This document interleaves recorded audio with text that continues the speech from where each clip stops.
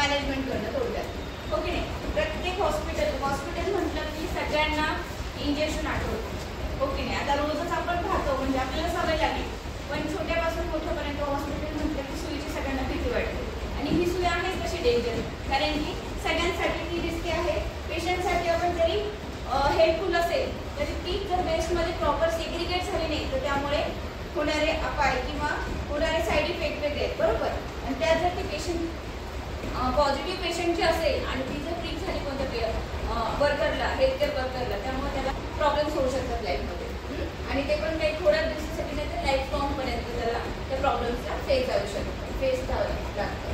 आता इथे जर इथे एक लोगो दिसतोय आपल्याला, आहे का लोगो दिसतोय सगळ्यांना?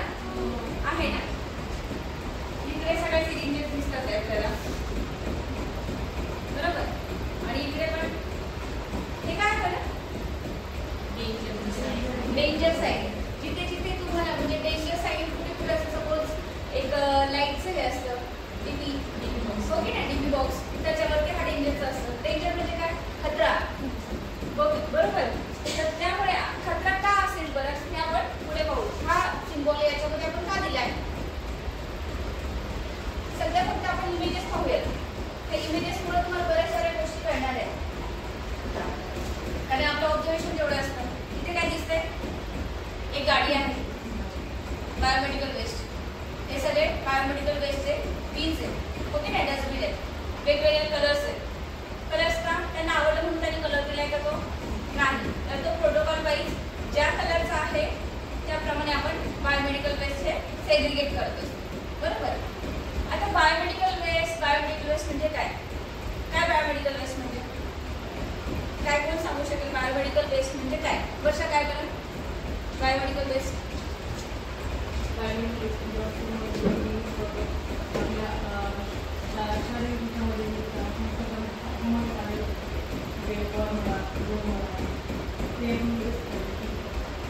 अजून कोणी सांगू शकतो biomedical waste? What is biomedical waste?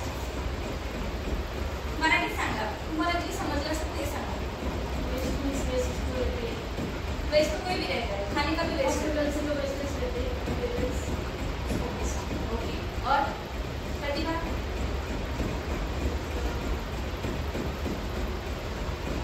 Body का वेस्ट,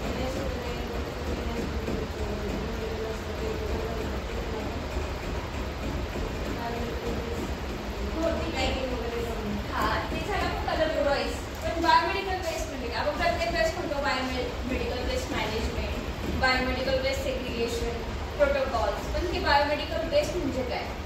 तर आपण डेफिनेशन पाहूया. What is biomedical waste? Biomedical waste include waste generated during the diagnosis. Diagnosis, आपण डायग्नोस करताना काय करतो, डायग्नोस पेशंट आला, व्हायटल पाहिलं झाला डायग्नोस, असं आहे का? नाही. पेशंटचं एक व्हायटल्स इम्पॉर्टंट आहे, फिजिकल एक्झामिनेशन इम्पॉर्टंट आहे. त्यानंतर आपण ब्लड टेस्ट करतो, बरोबर. ब्लड टेस्ट करतो, चेस्ट एक्सरे करतो, MRI करतो, म्हणजे हा प्रोसेस, किंवा स्कोपी करतो, बरोबर. पेशंटला ICU admission, ward admission, IV fluids चालू असतात, मेडिकेशन मॅनेजमेंट, बरोबर. ही काय सगळं डायग्नोस. पेशंट आल्या लगेच आपल्याला कळतो का की बाबा याला मेनिंजायटिस नाही, बरोबर. तर त्याचं एक ह्याच्या वाईज प्रोटोकॉल वाईज आपण जातो की टेस्ट, म्हणजे एक टेस्ट करून पाहतो की पेशंटला सिम्पटम वाईज काय डायग्नोस होऊ शकतो, बरोबर. किंवा पेशंट आल्याला लगेच म्हणून नाही याला TB, बरोबर, म्हणतो का नाही. त्याच्यासाठी आपण स्कोपी करतो किंवा स्पुलम कल्चर पाठवतो, स्पुलम ARP पाठवतो. त्यानंतर आपल्याला कळतं की पेशंटच्या रिपोर्टवर, म्हणजे हे काय, ही प्रोसेस काय झाली, डायग्नोसिस, बरोबर. ते आपण डायग्नोस करतो. नंतर डायग्नोसिस वाईज ट्रीटमेंट ॲड होते, डायग्नोसिस वाईज ट्रीटमेंट ॲड होते. पेशंटला कुणाला टायफॉइड आहे, कुणाला डेंग्यू आहे, कोण पोस्ट ऑपरेटेड पेशंट असेल, कुणाला पॅनक्रियाटायटिस असेल, त्यावेळी त्या पेशंटची ट्रीटमेंट चालू असते. किंवा आम्हाला इंजेक्शन मोनोसोप आवडतं, घ्यायला खूप छान आहे म्हणून सगळ्यांना मोनोसोप देऊन टाकेल, चालेल का? नाही. प्रत्येकाच्या ट्रीटमेंटचा तो पार्ट आहे, बरोबर. तर ट्रीटमेंट वाईज आपण त्यांना मेडिकेशन प्रोव्हाइड करतो. नंतर इम्युनायझेशन पिरियडिकमध्ये म्हटलं, आपल्याकडे डिलिव्हरीज होतात, बरोबर. डिलिव्हरी झाल्यानंतर आपण काय करतो, पेशंटला, बेबीला BCG आणि पोलिओ वॅक्सिन देतो, बरोबर. हे इम्युनायझेशनचं पार्ट आहे. किंवा इव्हन आपल्या स्टाफला हेपॅटायटिस B इम्युनायझेशन कोविडचं वॅक्सिन घेतलं ना सगळ्यांनी? कोण आहे ज्यांनी नाही घेतलं? मला भेटत आहे. तर आपण ठीक आहे सगळं इम्युनायझेशनचा पार्ट. इम्युनायझेशन घेताना काय काय सेग्रिगेट करावं लागतं. तर निडल्स यूज होते, सिरिंज यूज होते, तुमचं अँपूल असेल, वायल असेल, व्हॉटएव्हर, हे सगळं जनरेट होतं. हे काय झालं? Biomedical waste. त्याच्यानंतर पुढे आपण म्हटलं ह्युमन ऑर ॲनिमल्स. बऱ्याचदा ॲम्पुटेट करतात. ॲम्पुटेट पार्ट असेल, हात असेल, पाय असेल, किंवा एखादं ब्रेक बेबी असेल, किंवा क्युरेटिव्ह केलेले पार्ट्स असतील, हो की नाही, ॲबॉर्शनचे पार्ट असतील, ते काय करतात आपण? ते सुद्धा बायोमेडिकल वेस्ट आहे. मग ते कुठेही टाकतात का? नाही. तर त्याला प्रोटोकॉल वाईज आपण त्याला कसं सेग्रिगेट करतो. आपण त्याचं सेग्रिगेशन पुढे बघणार आहे. पुन्हा बँडेजेस असतील ड्रेसिंग केलेले, बरोबर. नंतर यूज निडल्स, एक्सपायर मेडिसिन सुद्धा बायोमेडिकल वेस्ट आहे. ठीक आहे, समजलं इथपर्यंत? कुणाला यामध्ये काही प्रॉब्लेम काही समजलं नाही? एकदम सुटसुटीत भाषेत आपल्याला इथे मेन्शन केलेलं आहे. ठीक आहे, आता पुढे आपण पाहूयात. Biomedical waste segregation is crucial to ensure safe and efficient waste disposal, reduce environmental impact and protect public health. बरोबर. जर बायोमेडिकल वेस्ट, आता समज तुम्ही रस्त्याने चाललाय, जर तिथे प्रोव्हिजन असेल, एखादी कचरा तुम्ही मोठी ठेवली असेल, प्रोव्हिजन असेल, तर लोक त्यामध्ये टाकणार. बरेच लोक ते असून सुद्धा बाजूला टाकतात. त्यामुळे काय होतं? ते इतरत्र पसरतं, हो की नाही? तो जनरल वेस्ट आहे. परंतु हॉस्पिटलचं जर वेस्ट असं इकडे तिकडे पडलं तर काय होईल? इन्फेक्शन स्प्रेड होईल. त्यामुळे आपल्याला ते इन्फेक्शन प्रिव्हेंशन करायचं, म्हणून आपल्याला प्रॉपर बायोमेडिकल वेस्ट सेग्रिगेशन करणं इम्पॉर्टंट आहे. ठीक आहे. Waste segregation is crucial to ensure safe and efficient waste disposal, reduce environmental impact and protect public health. Problems in daily biomedical waste segregation often arise due to virus reason, including lack of awareness, infrastructure issue, and poor communication. Is the overview of the challenges and possible solution. बऱ्याचदा biomedical waste segregation proper का होत नाही? तर awareness नसतो, माहीत नाही. आजच त्यांनी जॉईनिंग आहे हाऊसकीपिंगचं. तुम्ही नर्सिंगमध्ये किंवा डॉक्टर्समध्ये त्यांना सिलेबसमध्ये नॉलेज तरी असतं, दिलेलं असतं सिलेबसमध्ये. परंतु हाऊसकीपिंग वर्क केल्याने कोणतं ट्रेनिंग दिलेलं नसतं. ते जेव्हा हॉस्पिटलमध्ये येतात तेव्हाच आपण जे काही ट्रेनिंग देतो फर्स्ट डेलाच आहे. त्याच्याकडे तुमच्या रुटीनप्रमाणे तुम्हाला वाटलं असं पेशंट म्हणजे ते सेग्रिगेट केलं प्रॉपर, त्यांनी चुकीचं सेग्रिगेट केलं असेल. का? तर लॅक ऑफ अवेअरनेस. त्यांना अवेअरनेस नाही, किंवा मी जर चुकीचं टाकलं, चुकीच्या डस्टबिनमध्येच टाकले ना, हा त्यांचा थिंकिंग असतं. कचरा मी डस्टबिनमध्ये टाकला, परंतु प्रोटोकॉल वाईज आपल्याला काय करायचं? प्रॉपर सेग्रिगेशन होणं इम्पॉर्टंट आहे. हे नंतर इन्फ्रास्ट्रक्चर. आता सपोज तुमचं बायोमेडिकल वेस्ट सेग्रिगेशन एरिया जिथे आहे, आपण एरिया कुठे दिला आहे? एका कॉर्नरला दिला आहे, जेणेकरून लोकांचा जास्त संपर्क येणार नाही, कुणाचा टच होणार नाही, आणि तुम्हाला प्रॉपरली त्यामध्ये डिस्कार्ड करता येईल. जर एका कोपऱ्यात दिला आहे, परंतु तो खूप कंजेस्टेड एरिया आहे, तिथेच तुमचं काउंटर आहे, तिथेच बॅक साईडला तुमचं बायोमेडिकल स्टेशन आहे, आणि खूप ॲडजस्ट करून तुम्हाला तिथपर्यंत जायला लागतं. तर त्यामुळे काय होणार? तुमचं इन्फ्रास्ट्रक्चर प्रॉपर नाही, तुम्हाला सेग्रिगेशन प्रॉपर करता येत नाही, करता येणार नाही, आणि सेग्रिगेशन करताना तुम्हाला इंजुरी होऊ शकते ना, बरोबर. त्यामुळे आपल्याला इन्फ्रास्ट्रक्चर वाईज पण ते प्रॉपर असणं गरजेचं आहे. ठीक आहे. आणि पुअर कंप्लायन्स म्हणजे त्यामुळे आपल्या कंप्लायन्स म्हणजे आपल्याला पूर्णपणे पाहिजे त्याप्रमाणे आपलं बायोमेडिकल वेस्ट सेग्रिगेशन होणार. त्यामुळे आपल्याला हे अवॉइड करण्यासाठी ह्या सगळ्या गोष्टी प्रॉपर असणं गरजेचं आहे. The aim of proper biomedical waste segregation in hospital. काय एम आहे? प्रोटेक्ट ह्युमन हेल्थ, बरोबर. Prevent infection and injuries among staff, patient and the public, बरोबर. जर प्रॉपर सेग्रिगेशन केलं नाही तर आपण जर सफर होऊ, पेशंट सफर होतात, पेशंटचे रिलेटिव्स येतात आपल्याकडे पेशंटला भेटण्यासाठी, आणि ते स्प्रेड बाहेरपर्यंत होणार. ओके. जसं कोविडमध्ये कसं होतं, तसं कोविडच्या सिच्युएशनमध्ये आपण PPE यूज करायचं, आणि आपण रिलेटिव्ह अवॉइड करायचं, रिलेटिव्हला आपण यूज देत नव्हतो. त्यामुळे काय झालं? फक्त पेशंट आणि त्या वर्कर हे दोनच त्या एरियामध्ये होतं. त्यामुळे इन्फेक्शन बाहेर स्प्रेड झालं का, किंवा एक प्रिव्हेन्शन म्हणून आपण काय केलं की बाहेरपर्यंत कुणाला जाऊ दिले नाही, किंवा व्हिजिटर्स आपण अवॉइड केले. त्यामुळे इन्फेक्शन पाहिजे तसं की स्प्रेड झालेलं नाही. जे काही लोकल एरियामध्ये लोक प्रॉपर मास्क यूज नाही केलं वगैरे, त्या गोष्टी बाहेर स्प्रेड झालं. परंतु आपण हॉस्पिटलमध्ये असल्यामुळे आपण PPE यूज केलं, पेशंटलाही यूज करायला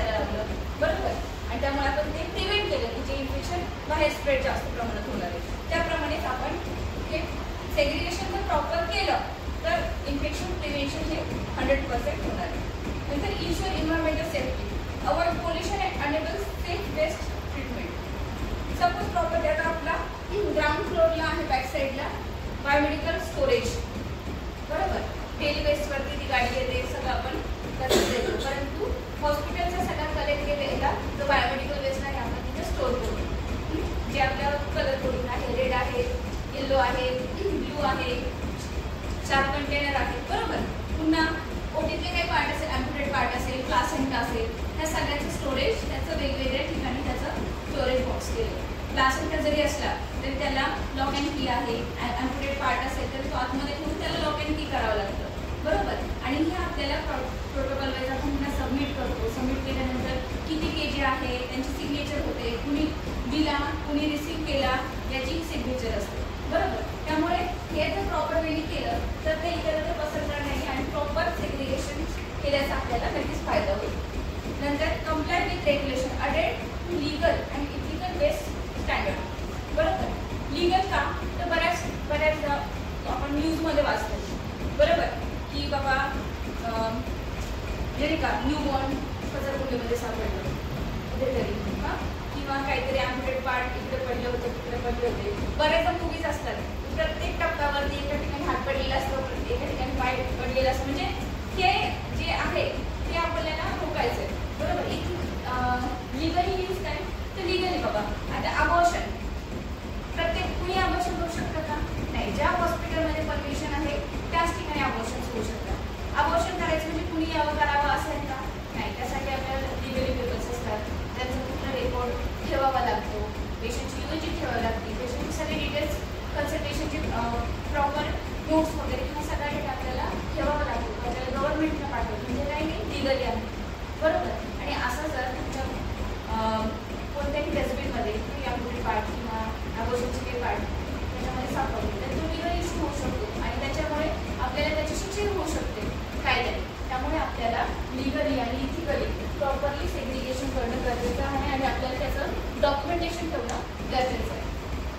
नंतर काय, promote sustainability, incorrect recycling and minimize. आपण काय करतो, आपल्याकडचं वेस्ट जे जातं ते आपण PMCला पाठवतो, बरोबर.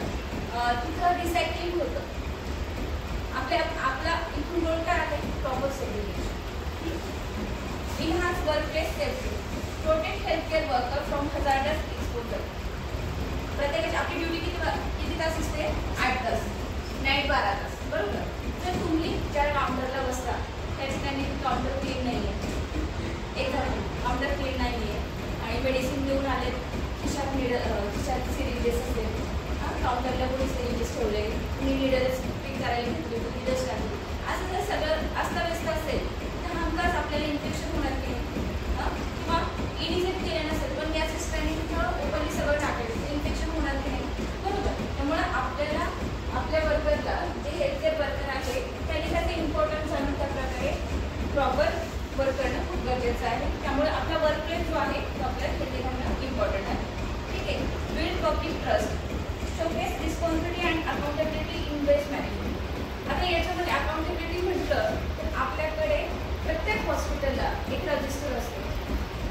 या दिवशी जर तुमचा बायोमेडिकल दिलं, येलो किती कलरचं, येलो कलरसाठी केजी होतं, प्रत्येक जो बायोमेडिकलसाठी मोजलं जातं आणि त्याचा डेटा आपल्याकडे प्लस त्यांच्याकडे सुद्धा जातो, ठीक आहे. Common problems in biomedical waste segregation, improper segregation practices, mixing infectious waste with general waste. हे काय, लॅक ऑफ अवेअरनेसमुळे, ठीक आहे. Non compliance with colour code in system. आता सपोज एक अनपढ गवार हाऊसकीपिंग वर्कर आहे, तुम्ही दिलं बाबा ही IV पॉईंट आहे, ते IV पॉईंट आहे, तुम्ही रेडमध्ये टाका, बरं. त्याला रेड म्हणजे काय हेच माहीत नाही तर हाच म्हणणार, तिथं फिंगर्स मी त्यातलं कुठेतरी टाकणार, तुम्हाला टाकला का तो टाकेल. त्यामुळे आपल्यासोबतचा जो वर्कर आहे, हाऊसकीपिंग वर्कर असेल, त्याला खरं नॉलेज आहे का, त्याला कोणती लँग्वेज कम्फर्टेबल आहे, बरोबर. आरती हिंदी बोलते परंतु एका माणसाला हिंदी कळतच नाही, नुसतं केलं तिला वाटतं हा बोलते म्हणजे मी सांगते ते कळत आहे, बरोबर. त्यामुळे आपल्यासोबतचा जो स्टाफ आहे त्याला कोणती लँग्वेज कम्फर्टेबल आहे, तुम्ही सांगितलेलं कळत आहे का. आणि याच्या अगोदर मी तर म्हणेल म्हणजे जो बायोमेडिकल वेस्ट डिस्कार्ड करतो. त्यामुळे गेले ना सिरीज डिस्कार्ड करतो येस ऐसा नहीं चलेगा. त्यामुळे आपण जनरेट करतो तर आपणच तो प्रॉपर डिस्कार्ड करतो. याच्यात त्याच्या हाती दिलं तर ते इन्फेक्शनचा एक सोर्स आहे आणि तो इकडे तिकडे करताना स्प्रेड होणार. सपोज हिला माहिती आहे वर्षाने हेपॅटायटिस बी पॉझिटिव्ह पेशंट त्याच्यासाठी मेडिसिन दिली, हिला माहिती आहे मी दिली, परंतु तिला हा स्टाफ नवीन आला ड्युटीला काही तुम्ही करा मी तुम्हाला हेल्प करते. तिने मेडिसिन दिली आणि ती डिस्कार्ड केली. डिस्कार्ड करताना ती लॉजिस नाही झाली, इन्फेक्शन सोर्स आहे स्प्रेड झाला अतिप्रेम बरोबर. त्यामुळे तुम्ही हँडओव्हर घ्यायच्या अगोदर तुमचं हेल्पिंग नेचर असावं. पण असं काही असेल समज एखादा इम्प्रेसिव्ह प्रिकॉशनचा पेशंट असेल तर आवर्जून आपल्या कलिगला इन्फॉर्म असणं, हाऊसकीपिंग वर्करला इन्फॉर्म असणं खूप गरजेचं आहे. ठीक आहे. त्यामुळे आपण काय करतो युनिव्हर्सल प्रिकॉशन लिहित नाही त्याच्यावरती फाईलवरती SBSAची पॉलिसी असं लिहित नाही. आपण काय करतो युनिव्हर्सल प्रिकॉशनचा रेड कलरचा स्टॅम्प मारतो. का तर तो बघून सगळ्यांना आयडेंटिफाय होतं की काहीतरी पॉझिटिव्ह बरोबर. तसं प्रत्येक पेशंटला केअर प्रोव्हाइड करताना आपण यूज केलंच पाहिजे, परंतु आपण असं टाकल्यामुळे एक्स्ट्रा प्रिकॉशन घेतलं जातं. ठीक आहे. त्यामुळे आपण युनिव्हर्सल प्रिकॉशनचा स्टॅम्प तिथे लावतो. लॅक ऑफ अवेअरनेस आपण बोललो. Healthcare worker and support staff are aware of proper protocols, insufficient training on handling and segregation. स्टाफला जेवढं पाहिजे त्याप्रमाणे प्रॉपर ट्रेनिंग नाही झालं तिला डिस्पेअर बाबा आज हॉस्पिटल कमी आहे, रोजचे 12 असतात आणि आज 8 असतात, त्यांनी इथे काम करायचं की ते काही जाऊ द्या आजच्या दिवस नाही ग्रोथ झाली केलं गोळा तसंच चालेल का नाही. त्यामुळे आपल्याला प्रॉपर स्टाफ प्रॉपर क्वांटिटी असणं खूप गरजेचं आहे. Regular monitoring and auditing. Regular monitoring जसं आपण हँडओव्हर घेतो पेशंटची, लास्ट तुमची हँडओव्हर बायोमेडिकल बेसपर्यंत थांबली पाहिजे बरोबर. नंतर काय आपल्याला राऊंडला आल्यानंतर मी जे सांगितलं आहे की त्या इन्सुलिन सिरिंज ती त्यात टाकली, मी नाही टाकली, तू नाही टाकली, पण तू त्या बायोमेडिकल एरियाची ओळख घेणं गरजेचं आहे. जर वरच्यावर दिसते म्हणजे काय आत्ताच टाकलं त्याच्यामध्ये कळत आपल्याला बरोबर. त्यामुळं आणि प्रॉपर सेग्रिगेशन झालं की नाही.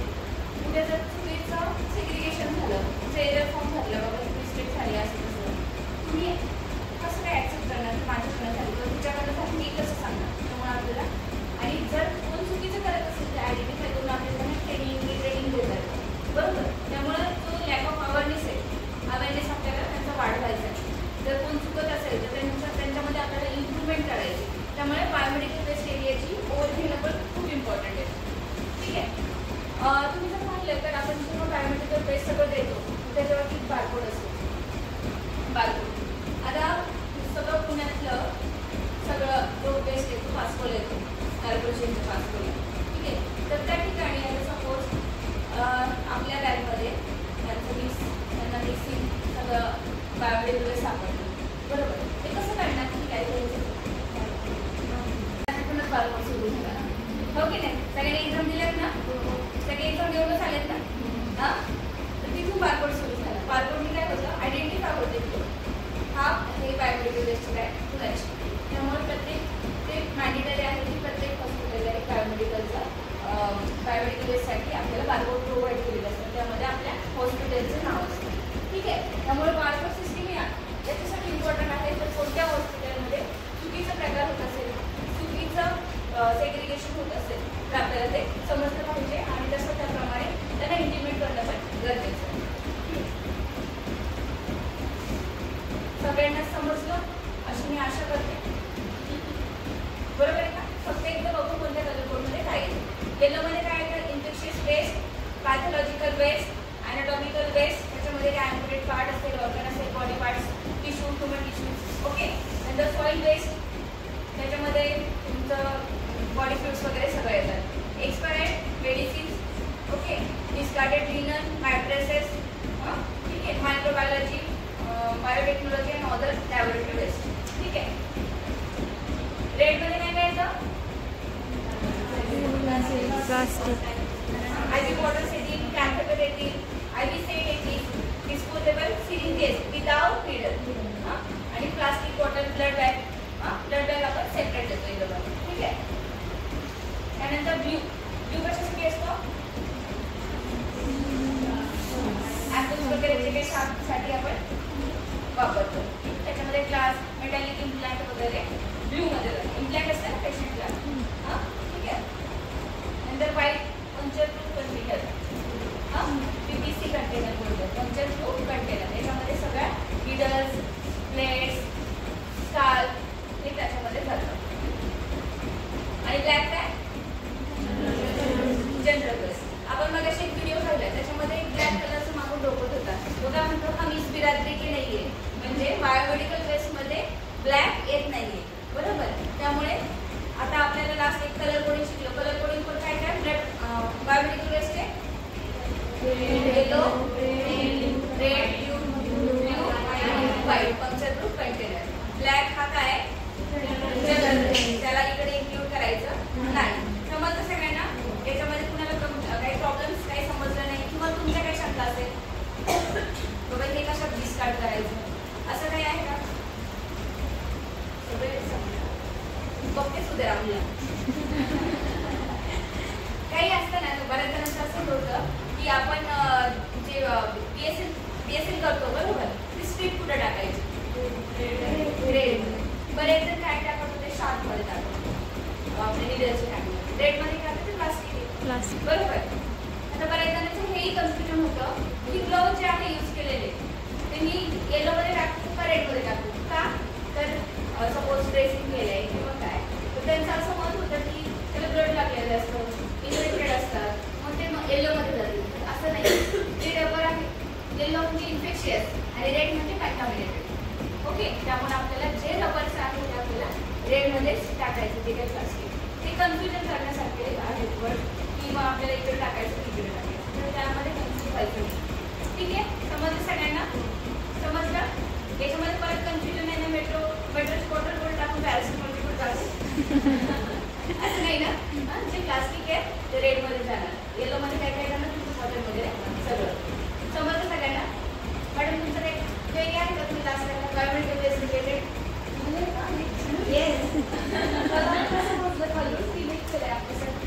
काही क्वेरी असेल तर विचारू शकता. असं काही कशात डिस्कार्ड करायचं असं काही क्वेरी आहे का? मॅडमला पण सगळे येतं त्यामुळे प्रॉब्लेम नाही आहे.